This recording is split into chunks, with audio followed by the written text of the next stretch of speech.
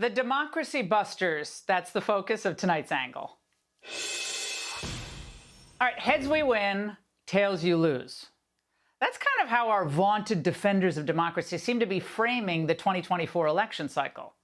In other words, if Biden wins, all will be well again in the world. Democracy lives to see another day.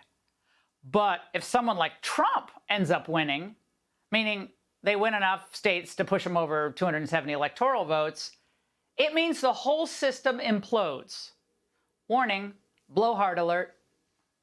The consequences of losing, any candidate losing to Donald Trump and him becoming the next president, catastrophic for American democracy. If these people were to gain power again, then I really do think for only the second time in American history, we would put our collective fate at risk. Dangers associated with another Trump presidency, like, say, the existential threat to our democracy. This is a close race, and I think this is the danger for those of us that actually believe in democracy and want to preserve it. Oh, I get it.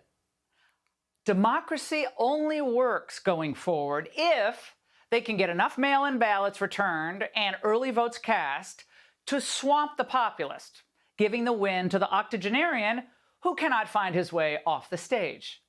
That is a very convenient way of approaching things, is it not?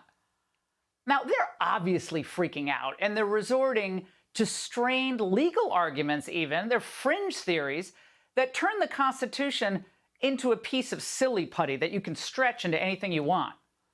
So now Never Trump scholars turned political hacks are trying to argue that Trump should be barred, constitutionally barred, from running for office. Now, this is patently absurd, especially coming from judges who once called themselves originalists, like our old friend Mike Ludig.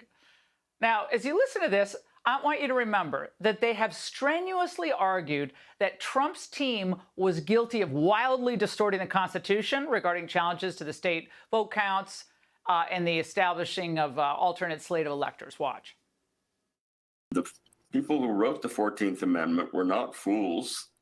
They realized that if those people who try to overturn the country, who try to get rid of our peaceful transitions of power, are again put in power, that would be the end of the nation, the end of democracy. All officials, federal and state, who have a responsibility to put on the ballot candidates for the presidency of the United States, for instance, they, himself or herself, are obligated under the Constitution to determine whether Donald Trump qualifies to be put on the ballot.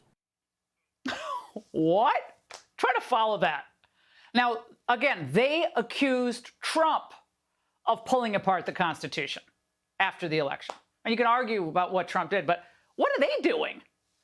And to think, by the way, he was once considered Supreme Court material during the Bush administration. What a total disgrace. And it pains me to say that.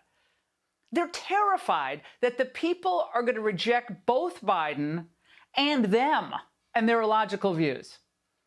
And of course, you can always count on academia to give birth to the most radical of proposals. And again, from the so-called protectors of our cherished democracy, UPenn psychologist Adam Grant wants to abolish elections altogether, writing, "The ancient Greeks invented democracy, and in Athens, many government officials were selected through sortition, a random lottery from a pool of candidates. In the United States, we already use a version of a lottery to select jurors. What if we did the same with mayors, governors, legislators, justices, and even presidents?" Okay. Well, before you just write this off completely, and I did get a good chuckle out of it, remember this, the gender fluidity movement, the trans movement, CRT, those fringe theories were also born in the universities as well. So once again, the Democrats' finger of accusation is always pointed back at them. They accuse Trump, and if it wasn't Trump, it'd be someone else, of undermining democracy, committing felonies because he challenged the election results. Yet, we've already documented this. They've repeatedly challenged election results. And when they do it, they say it's just part of the democratic process. So the bottom line is, Democrats just simply don't much like or trust you, the voters. They think you're stupid, but you're not. You see what works and what doesn't work, what prosperity is and what it's not. You know when a border is secure and when it's open. And you know that elections should be determined by the voters, certainly not controlled by big donors or big tech or bitter academics desperate for attention. That's democracy.